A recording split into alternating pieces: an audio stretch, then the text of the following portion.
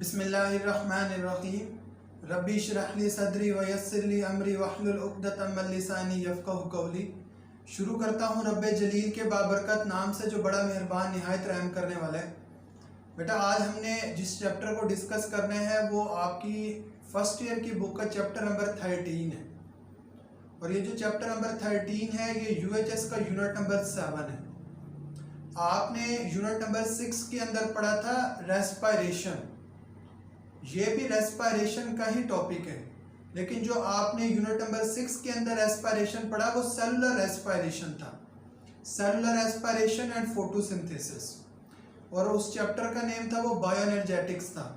लेकिन यहाँ पर जिस चैप्टर को हमने डिस्कस करना है वो है गैसियस एक्सचेंज। इसके अंदर हम रेस्पायरेशन का प्रोसेस देखेंगे।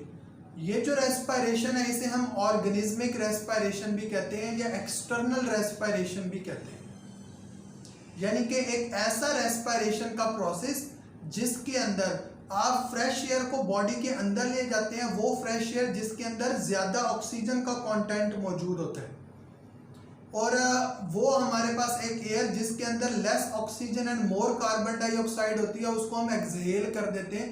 तो ये हम उस रेस्पायरेशन के प्रोसेस की बात कर रहे हैं, ठीक है बेटा, जिसे आप ब्रीदिंग का अमल भी कहते हैं। तो हम देखते हैं कि हमारा जो टॉपिक है वो है गैसियस एक्सचेंज, और इस गैसियस एक्सचेंज के अंदर आपने स्टडी करना है रेस्पायरेशन के प्रोसेस को। इस रेस्पायरेशन को हम एक्सटर्नल रेस्पायरेशन भी कहते हैं, इसको हम ऑर्गेनिज्मिक रेस्पायरेशन का नाम भी देते हैं,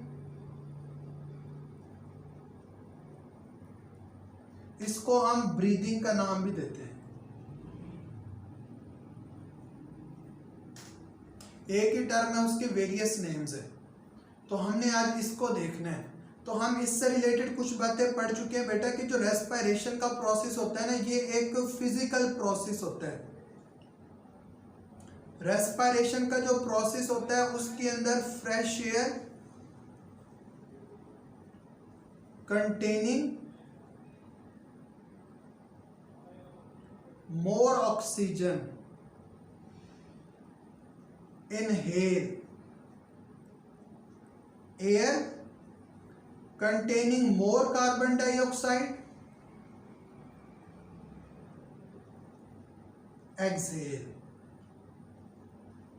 ये एक ऐसा प्रोसेस होता है जिसके अंदर एनर्जी की जरूरत भी पड़ती है, ठीक है बेटा। तो हम आज इस प्रोसेस को देखेंगे जिसको हमने रेस्पायरेशन का नेम दिया। देखें इस प्रोसेस के अंदर ना हम सबसे पहले देखते हैं कि जो हमारा एयर पैसेज होता है ना वो कौन कौन सी चीज़ों के ऊपर मुश्तमिल होता है। ये जो लेक्चर है आपको ये power point presentation as well as writing presentation दोनों में मिलेगा, फिर चीज़ें आपको क्लियर हो जाएंगी, ठीक है बेटा। तो इस लेक्चर के अंदर दोनों पैटर्न आपको नजर आएंगे। देखिए एनाटॉमी ऑफ रेस्पायरेटरी ट्रैक। सबसे पहले हमें यह पता हो कि हमारा जो रेस्पायरेटरी ट्रैक होता है ना वो किस चीज़ के ऊपर मुश्तमिल होता है। उस ट्रैक का आप सीक्वेंस मैं इधर लिख देता हूँ, जो बुक का सीक्वेंस आपने याद रखना बेटा, कभी कभार इससे भी MCQ आ जाता है। Nostrils, nasal cavity,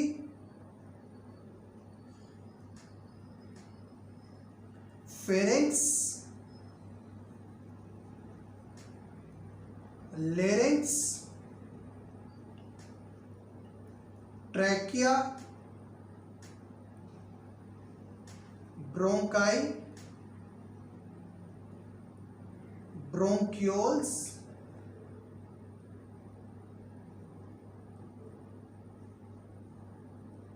alveolar ducts, alveolar sac और एल्व्यूलाई।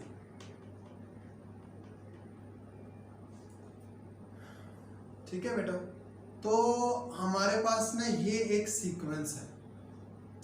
हम देखते हैं कि बेसिकली ना इसके अंदर हमारे जो रेस्पिरेटरी ट्रैक होता है ना उसका स्ट्रक्चरल यूनिट क्या है, उसका फंक्शनल यूनिट क्या है, हम उन बातों को भी देखेंगे। सबसे पहले हम देखते हैं कि यही जो हमारा रेस्पिरेटरी पैसेज होता है ना, इसके फर्दर कोई हमारे पास फीचर्स हैं कि नहीं, हमने उन बातों को देखना है। तो देखिए बेटा, जो रेस्पिरेशन के अंदर मेजरली स्ट्रक्चर इन्वॉल्व है ना, जो साइट ऑफ गैशियस एक्सचेंज है, वो हम कहते हैं कि लंग्स है। लंग्स और टिश्यू के लेवल पर गैशियस एक्सचेंज हो रहा है थ्रू द ब्लड। तो हमने ना उन साइट्स को भी साथ में देखना है कि किस तरह से गैशियस एक्सचेंज हो रहा है। पहले हम देखते हैं कि इनके कोई फीचर्स भी हैं कि नहीं है, फिर मैं आपको एनाटॉमी ऑफ रेस्पिरेटरी ट्रैक्ट बताता हूँ। लेकिन जो एयर इंटर होती है ना, वो नॉस्ट्रिल्स की मदद से होती है। जो नॉस्ट्रिल्स हैं हमारे, नथने जिन्हें हम कहते हैं, ये बेसिकली जो नॉस्ट्रिल्स हैं हमारे, वहाँ पर हेयर और म्यूकस प्रेजेंट है। साथ ही हम कहते हैं कि नॉस्ट्रिल से आगे नेजल कैविटी, कैविटी हम कहते हैं खाली जगह को, नोज के अंदर नेजल कैविटी मौजूद है। उस नेजल कैविटी के अंदर हेयर और म्यूकस प्रेजेंट है।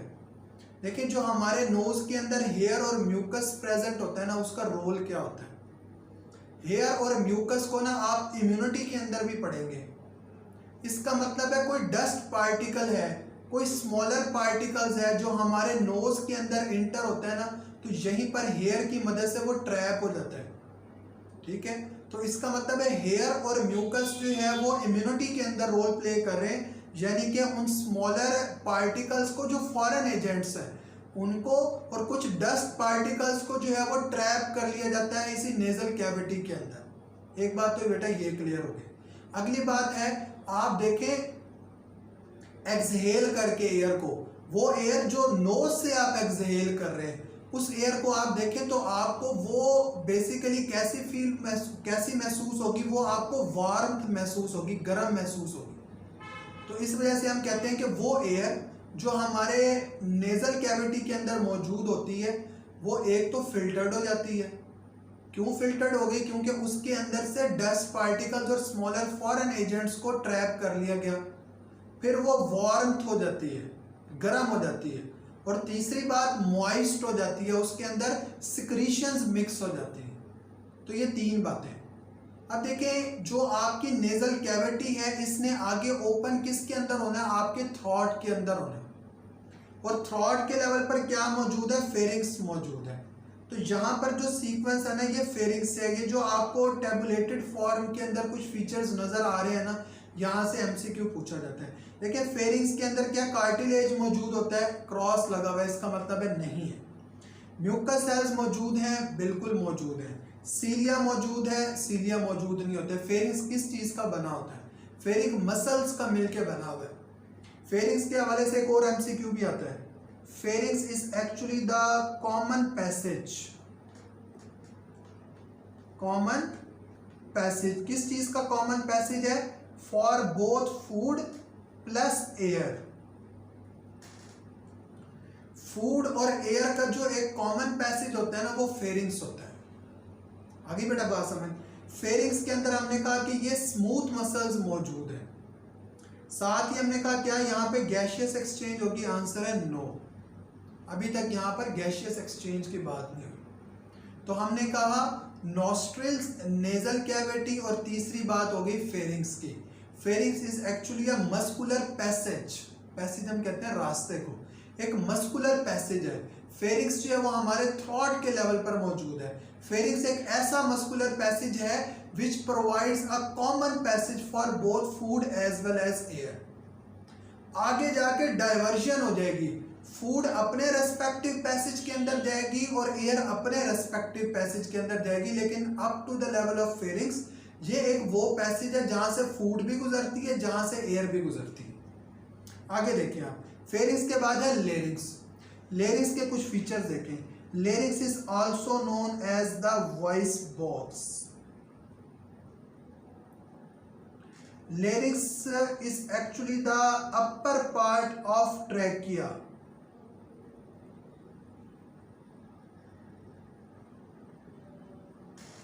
लेरिंग्स के लेवल पर कार्टिलेज भी मौजूद होता है। वन ऑफ द कार्टिलेज, जिसे हम नेम देते हैं एपिग्लॉटिस का। क्या कहा हमने? वन ऑफ द कार्टिलेज, जिसको हमने क्या नेम दे दिया? एपिग्लॉटिस का। ये एक कार्टिलेज है और मस्कुलरली कंट्रोल होता है, मसल्स की मदद से कंट्रोल होता है।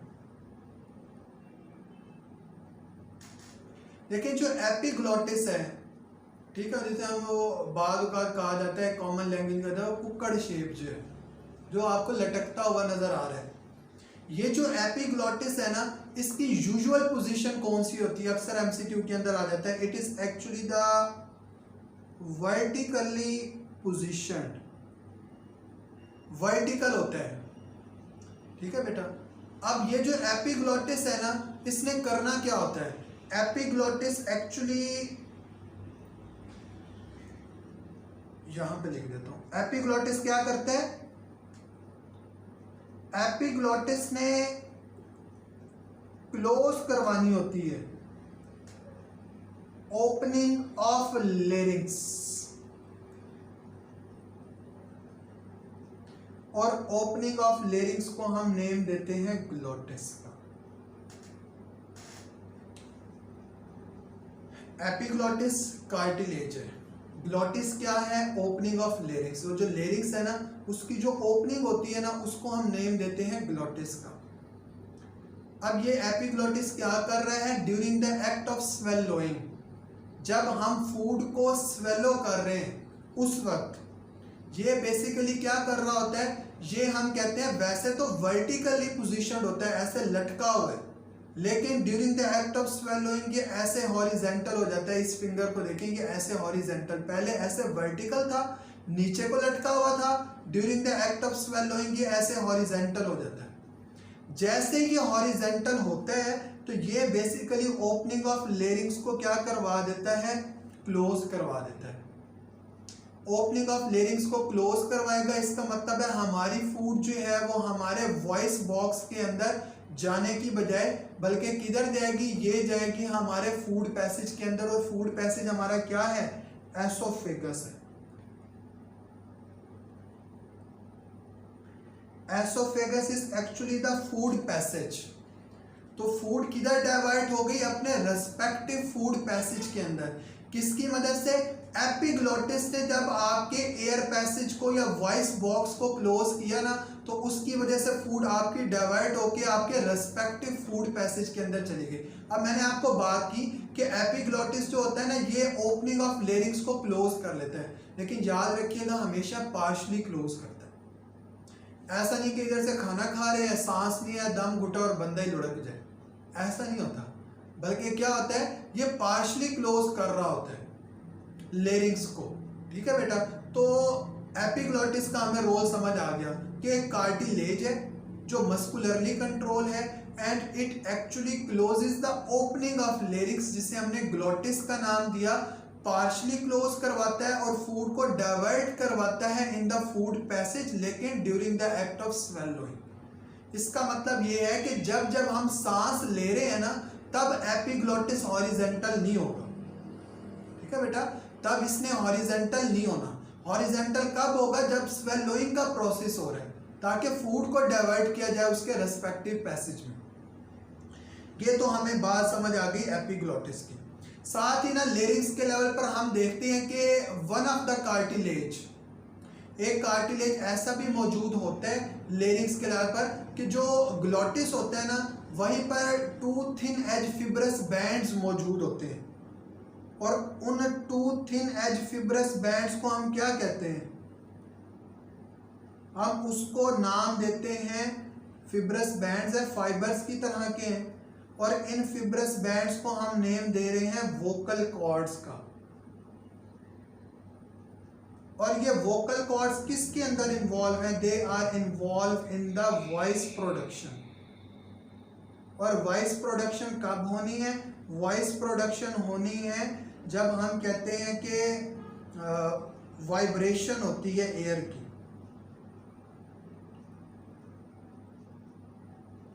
एक दफा ना नम्स के अंदर एमसीक्यू आया कि voice production occurs during the process of, वहां पे इंस्पायरेशन भी था, एक्सपायरेशन भी था, बोथ ऑफ दीज भी था, नन ऑफ दीज भी था।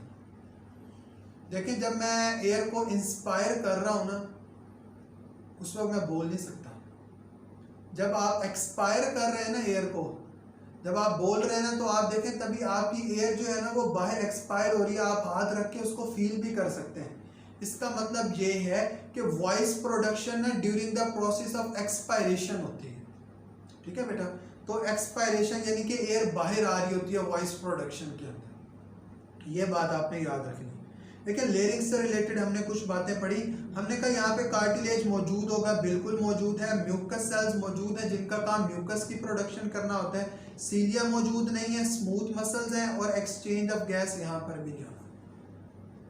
ट्रैकिया, ट्रैकिया बेसिकली कहाँ मौजूद होता है? लेरिंग्स से नीचे जो है वो ट्रैकिया मौजूद है।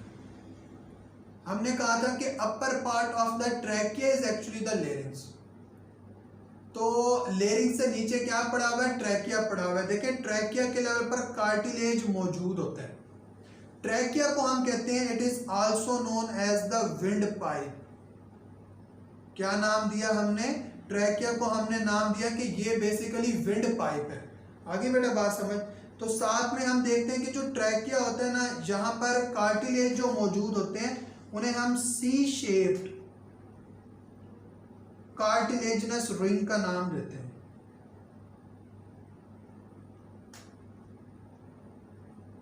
और यहां पर म्यूकस सेल्स भी मौजूद है। म्यूकस सेल्स के साथ साथ बेटा यहां पर अगर आप देखें तो सीलिया भी मौजूद होते हैं। देखिए पहले ऊपर कहीं सीलिया नहीं थे, लेकिन यहां पर सीलिया भी मौजूद है। स्मूथ मसल से मिलके बना हुआ है। देखिए मैंने आपको कहा था कि जितने भी हमारे ऑर्गन्स या विजराज होते हैं ना, वहां पर स्मूथ मसल्स मौजूद होते हैं। ये बात आपने याद रखनी है। ऑर्गन्स और विजराज के लेवल पर स्मूथ मसल्स है और गैसियस एक्सचेंज यहां पर भी नहीं हो रहा। अब ट्रैकिया के बारे में एक और बात याद रखिएगा कि ट्रैकिया की पोजीशन जो है वो किस तरह से होती है।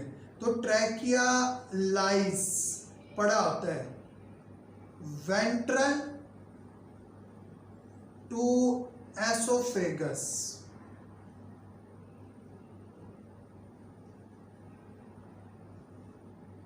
Trachea lies ventral to oesophagus. Ventral का मतलब होता है सामने, डॉर्सम का मतलब होता है बैक। यानी कि ट्रैकिया जो है वो एसोफेगस के सामने पड़ा हुआ है। अगर हम इनकी पोजीशन देखते हैं, शायद कोई एक डायग्राम हो जिसमें मैं आपको ट्रैकिया, ये देखिए ये ट्रैकिया है, ये सामने वाली साइड पे होता है। एसोफेगस इसकी बैक वाली साइड पे जो यहाँ पे दिखाया हुआ नहीं है। तो अक्सर ना यहाँ से एमसीक्यू बेटा आ जाता है वेंट्रल और डॉर्सम लोकेशन का। इसका मतलब है ट्रैकिया का पूछा जाएगा तो वो एसोफेगस के सामने है। एसोफेगस का पूछा जाएगा तो it is located dorsum to the trachea. तो ये दो बातें आपने याद रखनी है।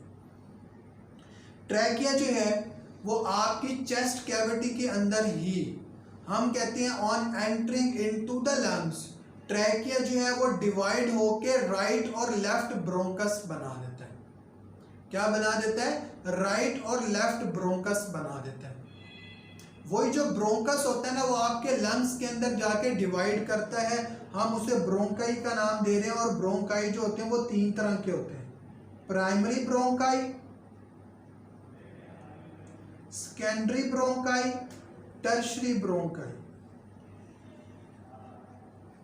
जिस तरह के आपको कार्टिलेजिनस रिंग ट्रैकिया के अंदर नजर आते हैं ना, उसी तरह के कार्टिलेजिनस रिंग आपको ब्रोंकाई के अंदर भी नजर आएंगे। अब देखिए ये वाली बात आपको बुक में नहीं मिलेगी, मैं आपको इंफॉर्मेशन के लिए बता रहा हूं कि जो प्राइमरी ब्रोंकाई होते हैं ना उसके अंदर कार्टिलेजिनस रिंग्स होते हैं, और जो सेकेंडरी और टर्शरी ब्रोंकाई हैं इनके अंदर कार्टिलेजिनस प्लेट्स हैं। क्या है? Cartilaginous plates. तो बुक के अंदर लिखा हुआ है कि cartilaginous, similar type of cartilaginous rings which are present in the trachea are also present in the bronchi but they are actually in the presence of cartilaginous plates. तो हमारी book की लाइन है तो उस फॉर्म के अंदर present है। तो मैंने आपको कहा कि जो प्राइमरी ब्रोंकाई होते हैं ना वहां पर कार्टिलेजिनस रिंग्स ही होते हैं, लेकिन सेकेंडरी और टर्शरी के लेवल पर ना वो कार्टिलेजिनस प्लेट्स की फॉर्म के अंदर। तो इस वजह से अगर आप देखें तो ब्रोंकाई के अंदर एरो लगा हुआ है कार्टिलेज के नीचे, यहाँ पे कार्टिलेज है, म्यूकस सेल्स भी हैं, सीलिया भी हैं, स्मूथ मसल सेल हैं, और साथ में हम कहते हैं गैशियस एक्सचेंज नहीं होता। अभी तक हमने गैशियस एक्सचेंज की बात नहीं की। गैशियस एक्सचेंज कहाँ से शुरू होगा वो अभी मैं आपको बताता हूँ। उसके बाद हमारे पास है बेटा ब्रोंक्यूल्स। हमने कहा कि ये जो ब्रोंकाई होते हैं ना, ये डिवाइड होते रहते हैं लंग्स के अंदर, डिवाइड और सब डिवाइड होके अल्टीमेटली ये अटेन कर लेते हैं डायमीटर 1 मिलीमीटर या फिर उससे भी कम। उनको हम नेम देते हैं ब्रोंक्यूल्स का। जो ब्रोंक्यूल्स होते हैं ना, ये दो तरह के होते हैं। एक तरह के ब्रोंक्यूल्स को हम नाम देते हैं टर्मिनल ब्रोंक्यूल्स, और एक तरह के ब्रोंक्यूल्स को हम नाम देते हैं, ये नीचे लिखा हुआ है, रेस्पिरेटरी ब्रोंक्यूल्स। वो ब्रोंक्यूल्स जो एक्चुअली 1 मिलीमीटर का डायमीटर या उससे कम अटेन कर रहे होते हैं ना, उनको हम नेम देते हैं कि ये हमारे टर्मिनल ब्रोंक्यूल्स हैं। अब देखें, up to the level of bronchi आपको कार्टिलेज नजर आएगा, उससे आगे आपको कार्टिलेज नजर नहीं आता। इस वजह से आप ब्रोंक्यूल्स के अंदर देख लें, कार्टिलेज भी नहीं है, म्यूकस सेल्स भी नहीं है, सीलिया मौजूद होते हैं, स्मूथ मसल सेल भी हैं, लेकिन गैशियस एक्सचेंज अभी तक नहीं हो रहा।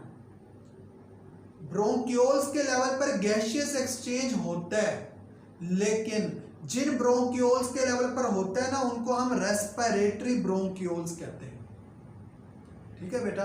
अब रेस्पिरेटरी ब्रोंक्यूल्स के अंदर ना तो कार्टिलेज है, ना म्यूकस सेल्स है, सीलिया भी नहीं है, स्मूथ मसल्स भी नहीं है, लेकिन गैशियस एक्सचेंज हो रहा है।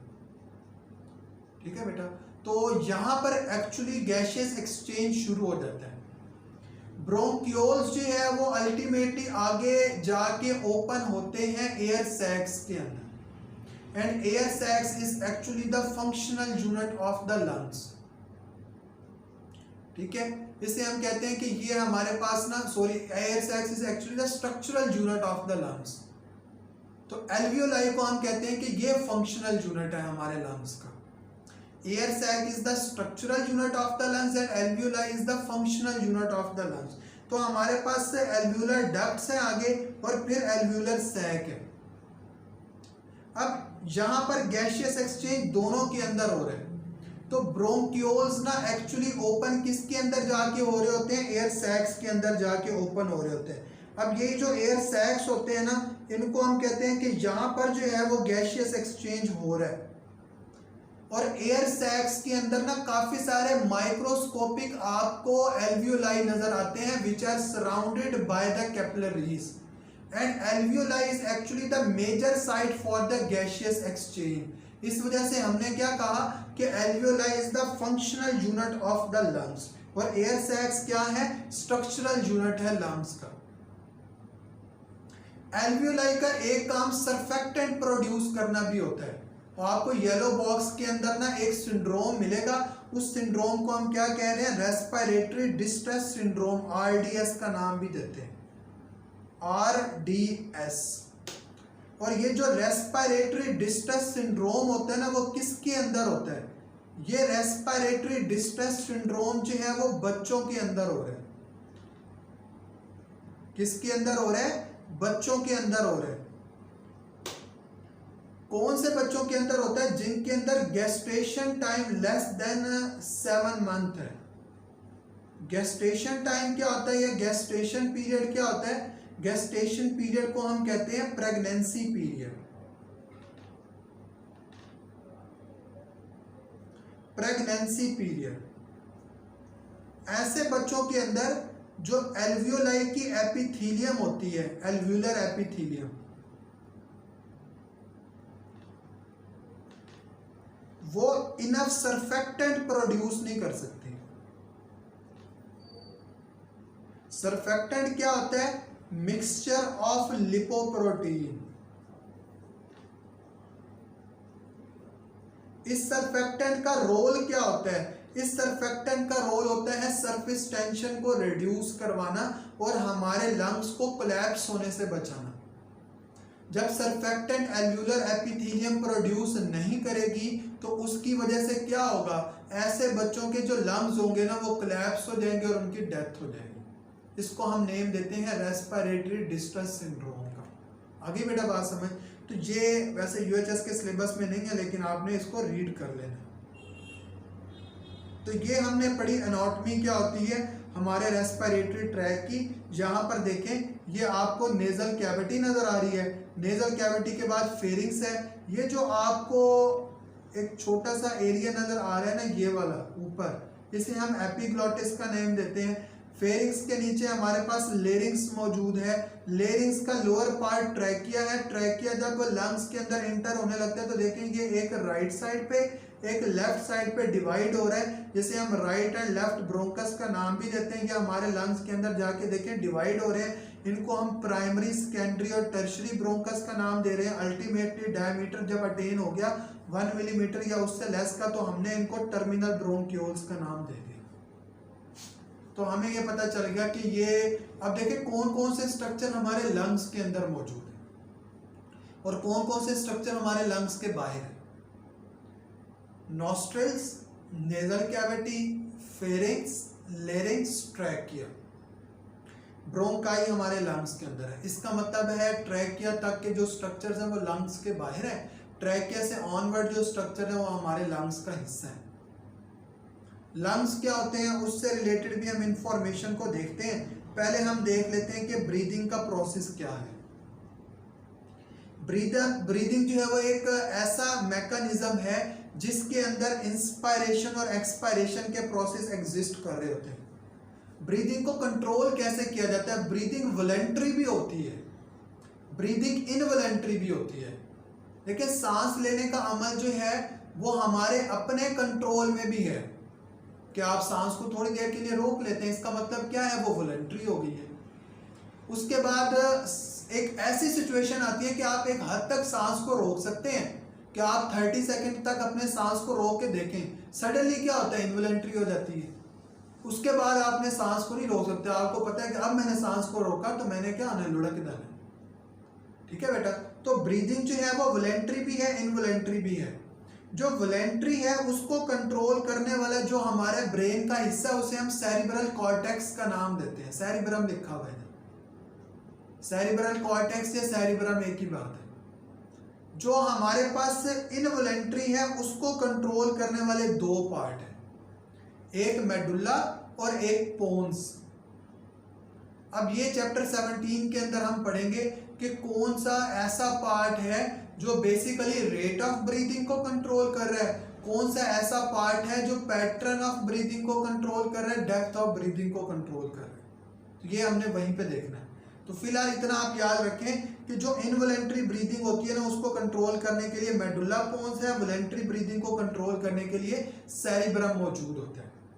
तो ये है ब्रीदिंग। ब्रीदिंग के अंदर हमने देखा कि दो मैकेनिज्म है, एक इंस्पायरेशन का है और एक एक्सपायरेशन का है। ब्रीदिंग के ना मैं वो लिख देता हूँ आपको कि रेट ऑफ ब्रीदिंग कितना होता है। यूजुअल जो रेट ऑफ ब्रीदिंग होता है ना वो 15 to 20 टाइम्स पर मिनट है।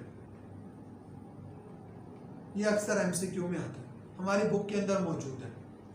लेकिन at the time of exercise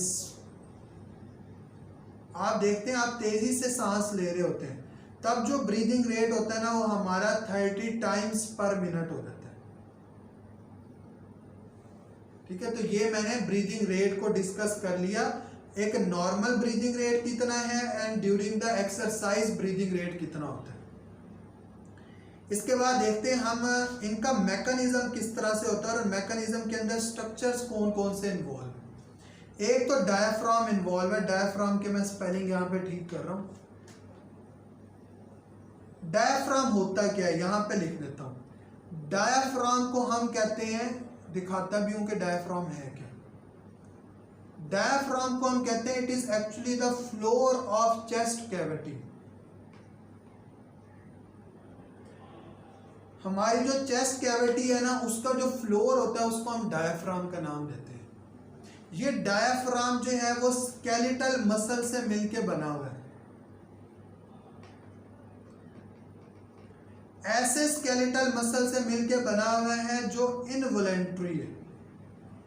देखिए आपने तो पढ़ा था स्केलेटल मसल जो है वो वॉलंटरी हमारे अपने कंट्रोल में है, लेकिन याद रखिएगा डायफ्राम के लेवल पर जो स्केलेटल मसल्स होते हैं ना वो इनवॉलंटरी होते हैं।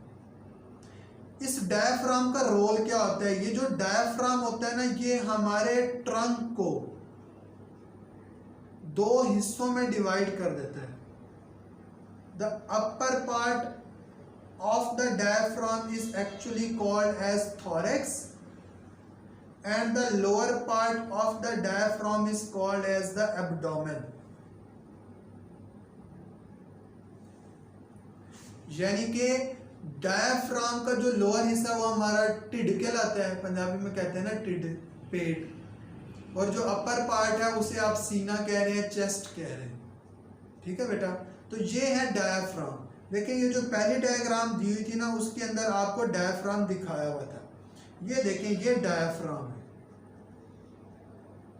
इस डायफ्राम का ऊपर वाला हिस्सा चेस्ट कैविटी कहला रहा है, जहां पर रिब्स मौजूद हैं, जहां पर स्टर्नम मौजूद है. इस डायफ्राम का निचला हिस्सा एब्डोमेन कहला रहा है. और जहां पर एब्डोमेन का इख्तिताम होता है उस एरिया को आप क्या कहते हैं? पेल्विस एरिया या पेल्विक एरिया. ठीक है, ये हमने बात कर ली वो पोजीशन वाइज जितने जो एरिया है. हम चलते हैं वापसी कि किस तरह से इंस्पायरेशन और एक्सपायरेशन का प्रोसेस हो रहा है और उसके अंदर कौन कौन से स्ट्रक्चर इन्वॉल्व है. एक तो डायफ्राम है, एक intercostal muscles. Intercostal muscles are actually the muscles present around our ribs. हमारा जो रिब केज है ना, उसको जो मसल्स राउंड कर रहे हैं ना, उनको हम इंटरकॉस्टल मसल्स का नाम दे रहे हैं. Rib cage. Volume chest cavity का क्या होता है और प्रेशर इनसाइड द लंग्स क्या होता है. देखें, पहले इंस्पायर करता हूं मैं, आप चीज़ों को इंस्पायर करके ऑब्जर्व करें. जब मैंने इंस्पायर किया एयर को अंदर, तो मेरे रिब केज के लेवल पर क्या मूवमेंट आई? रिब केज अपवर्ड हुआ थोड़ा सा और फॉरवर्ड हुआ. इस दौरान जो इंटरनली चेंजेस आ रही हैं, पहले उनको देखते हैं. डायफ्राम, याद रखिएगा, इंस्पायरेशन के दौरान ना आप कॉन्ट्रैक्शन देखेंगे, चाहे वो फिर इंटरकॉस्टल मसल्स हो, चाहे वो फिर डायफ्राम हो, वहां पर आप कॉन्ट्रैक्शन का मैकेनिज्म देखेंगे. अब देखिए, इंटरकॉस्टल मसल्स जो होते हैं ना, वो एक्सटर्नल और इंटरनल इंटरकॉस्टल्स भी होते हैं. तो अक्सर एकेडमी के अंदर ना फिर एक्सटर्नल और इंटरनल इंटरकॉस्टल मसल्स के एमसीक्यू दे दिए जाते हैं. वहाँ पे कंफ्यूज होने की ज़रूरत नहीं है. हमारे यूएचएस के सिलेबस में एक्सटर्नल और इंटरनल इंटरकॉस्टल का नहीं पूछा जाता. एक जनरल आपने रूल याद रखना है कि जब इंस्पायरेशन का प्रोसेस होगा तो कॉन्ट्रैक्शन होगी. वो फिर कॉन्ट्रैक्शन इंटरकॉस्टल मसल्स की भी होगी, डायफ्राम के मसल्स की भी होगी. तो देखिए, यहाँ पर भी कॉन्ट्रैक्शन है, यहाँ पर भी कॉन्ट्रैक्शन है. याद करने का तरीका है, देखिए, जब डायफ्राम कॉन्ट्रैक्ट करेगा ना, तो ये लेस डोम शेप हो जाएगा, यानी कि नीचे को आ रहा होगा. लेस डोम शेप, गुंबद होता है ना जैसे, तो उस तरह. ये देखिए इस नेक्स्ट डायग्राम में, ये देखिए, ये है डोम शेप. ये एरिया, ये भी डोम है, लेकिन यहाँ पे लेस डोम है. ये वाला एरिया, यहाँ पर मोर डोम, ज्यादा गुंबद लाएगा, आपको नजर आ रहा है. यहाँ पर लेस डोम है. इसका मतलब है जब हमारे डायफ्राम के मसल्स कॉन्ट्रैक्ट करते हैं ना, तो डायफ्राम जो है वो लेस डोम शेप हो जाता है. और जब डायफ्राम रिलैक्स होता है तो मोर डोम शेप हो जाता है. ये आपने याद रखना. वापसी आते हैं, तो ड्यूरिंग द इंस्पायरेशन कॉन्ट्रैक्शन होनी है डायफ्राम की भी, इंटरकॉस्टल मसल्स की भी. रिब केज के लेवल पर क्या मूवमेंट है? देखिए, मैंने सांस लिया, रिब केज क्या हो रहा है? Upward and forward. तो यही पे लिखा हुआ है कि outward, forward, upward during the mechanism of inspiration. Inspiration एक ऐसा प्रोसेस है जिसके दौरान, मैंने आपको पहले भी बताया, फ्रेश एयर कंटेनिंग मोर ऑक्सीजन इनहेल्ड. एक्सपायरेशन के दौरान एयर कंटेनिंग मोर कार्बन. अब ऐसा नहीं होता कि जो हमारी एयर अंदर जा रही है उसमें कार्बन डाइऑक्साइड है ही नहीं. हमने कोई फिल्टर पेपर तो लगाया हुआ नहीं है कि वो कार्बन डाइऑक्साइड को फिल्टर करता रहे, सिर्फ ऑक्सीजन को अंदर भेजता रहे. तो हम कहते हैं एयर कंटेनिंग मोर oxygen inhale while air containing more carbon dioxide exhale. जो एयर बाहर जा रही होती है उसके अंदर भी ऑक्सीजन मौजूद होती है। तो ये कॉन्सेप्ट याद रखना है आपने। तो देखिए रिब केज जो है वो आउटवर्ड, फॉरवर्ड, अपवर्ड आया। किसी भी चीज ने अंदर जाना है ना तो अंदर उसके लिए स्पेस बनेगी तो वो अंदर जाएगी। तो इस हवाले से आप याद रखिएगा कि जब इंस्पायरेशन का प्रोसेस होता है ना तो अंदर का वॉल्यूम थोड़ा सा बढ़ेगा ताकि बाहर से जो चीज अंदर जा रही है उसको अंदर स्पेस मिले। तो volume inside the chest cavity क्या होता है, इंक्रीज कर जाता है। तो लिखा हुआ है इंक्रीज। अब ये रूल आपने फिजिक्स में पढ़ा हुआ है, वॉल्यूम जब इंक्रीज करता है तो प्रेशर अल्टीमेटली डिक्रीज कर जाता है। तो प्रेशर डिक्रीज करेगा जिसकी वजह से हम कहते हैं कि एयर क्या होती है, एयर जो है वो हमारे नॉस्ट्रिल्स के थ्रू, माउथ के थ्रू जो है वो हमारे एयर पैसेज के अंदर जा रही है। तो प्रेशर अंदर डिक्रीज कर जाता है, बाहर ज़्यादा होता है। तो याद रखिएगा यहाँ पे पैसिव ट्रांसपोर्ट होगी जहाँ जहाँ पर गैशियस एक्सचेंज होना है।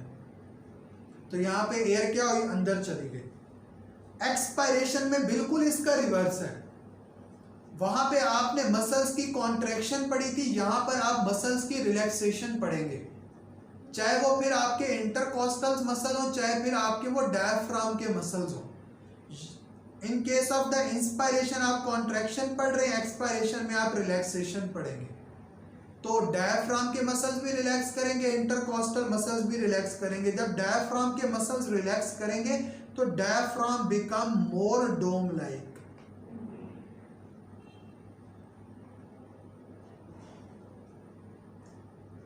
ठीक है बेटा, तो ये ज्यादा डोम लाइक हो जाएगा। अब देखो जो इंटरकॉस्टल मसल्स हैं वो रिलैक्स हो जाएंगे। फिर क्या होगा, रिब केज। देखिए मैं एक्सपायर कर रहा हूं, रिब केज क्या हो रहा है, सेटल डाउन हो रहा है, इनवर्ड मूव कर रहा है। वहां पे फॉरवर्ड आया था, यहां पर backward, inward and settle down actually. तो ये सेटल डाउन हो गया। तो इनवर्ड है, बैकवर्ड है, डाउनवर्ड है, सेटल डाउन हो रहा है रिब केज आपका। वॉल्यूम क्या होगा, वॉल्यूम डिक्रीज करेगा। क्यों, यहां पे आपको समझ आएगी।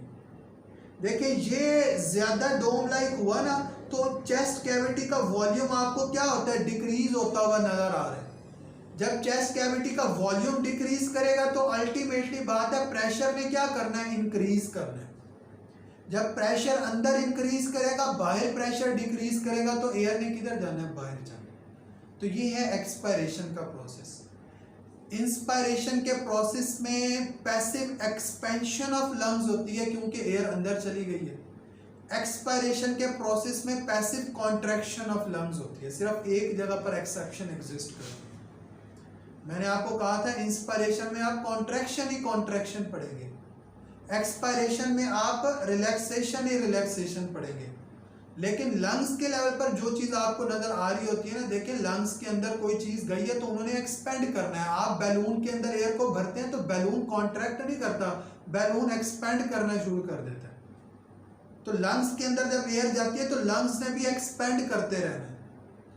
ठीक है, तो वो कब एयर जा रही है, जब इंस्पायरेशन का प्रोसेस है। तो during the process of inspiration there is the passive expansion of the lungs, and during the process of expiration there is the passive contraction of lungs. Lungs ने कॉन्ट्रैक्ट करना है, एयर ने बाहर को push करना है। तो ये हमने पढ़ा क्या, एक्सपेंशन और कॉन्ट्रैक्शन ऑफ लंग्स। ठीक है बेटा, तो यहाँ पर हमने जो चीज़ें पढ़ी वो अपने रेस्पिरेटरी ट्रैक की एनाटॉमी को स्टडी किया, और एनाटॉमी के साथ साथ ना हमने ब्रीदिंग के मैकेनिज्म को देखा जिसमें इंस्पायरेशन और एक्सपायरेशन को देखा। जहाँ तक बेटा आपको कोई बात समझ ना आई हो तो वो आप कमेंट सेक्शन में पूछ सकते हैं। अगले लेक्चर के अंदर हम ट्रांसपोर्ट ऑफ गैसेज और बाकी जितने टॉपिक्स हैं उनको देखते हैं। अपना ख्याल रखें बेटा, अल्लाह हाफिज़।